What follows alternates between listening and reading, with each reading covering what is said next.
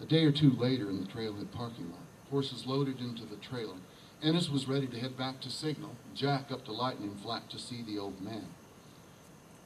Ennis leaned into Jack's window, said what he'd been putting off the whole week, that likely he couldn't get away again until November, after they'd shipped stock and before winter feeding started.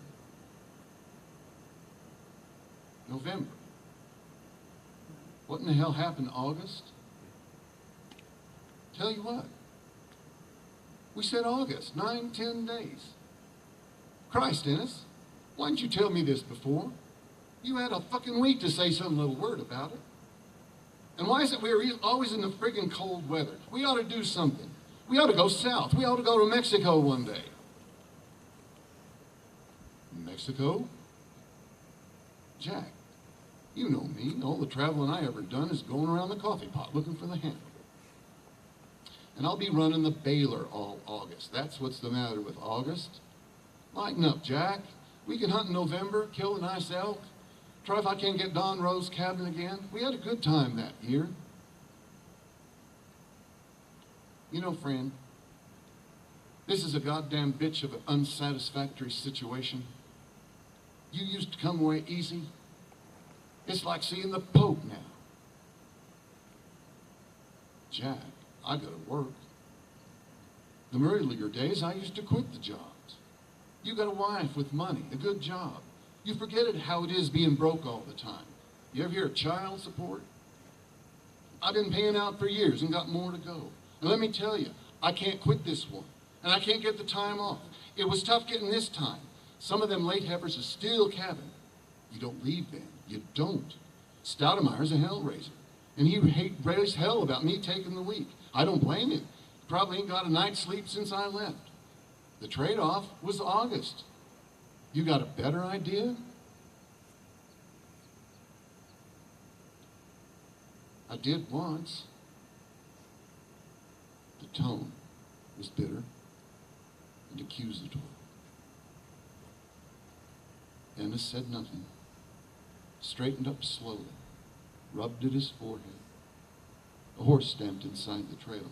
He walked to his truck, put his hand on the trailer, said something that only the horses could hear, turned, and walked back at a deliberate pace.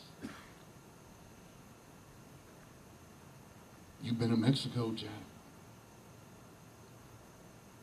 Mexico was the place. He'd heard. He was cutting fence now, trespassing in the shooting zone. Hell yes, I've been. Where's the fucking problem? Braced for it all these years. And here it came. Late and unexpected. I got to say this to you one time, Jack, and I ain't fooling. What I don't know, said Ennis. All them things I don't know could get you killed if I should come to know them. Try this one, said Jack, and I'll say it just one time. Tell you what, we could have had a good life together.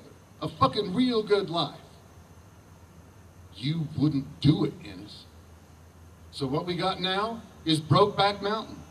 Everything built on that. It's all we got, boy, fucking all. So I hope you know that. If you don't, never know the rest. Count the damn few times we've been together in 20 years. Measure the fucking short leash you keep me on. Then ask me about Mexico and then tell me you'll kill me for needing it and then I'll hardly never getting it. You got no fucking idea how bad it gets. I'm not you. I can't make it on a couple of high-altitude fucks once or twice a year. You too much for me, Ennis, you son of a wholesome bitch. I wish I knew how to quit you.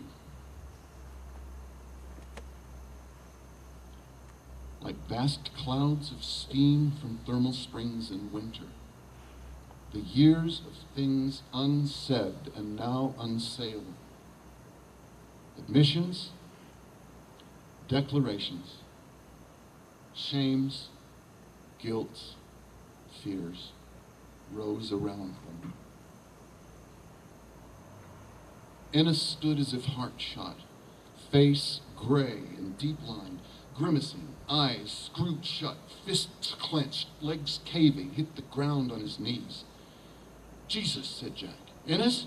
But before he was out of the truck, trying to guess if it was a heart attack or the overflow of an incendiary rage, Ennis was back on his feet, and somehow, as a coat hanger straightened to open a locked car and then bent back to its original shape, they torqued things almost to where they had been. For what they'd said was no news. Nothing ended. Nothing begun. Nothing resolved.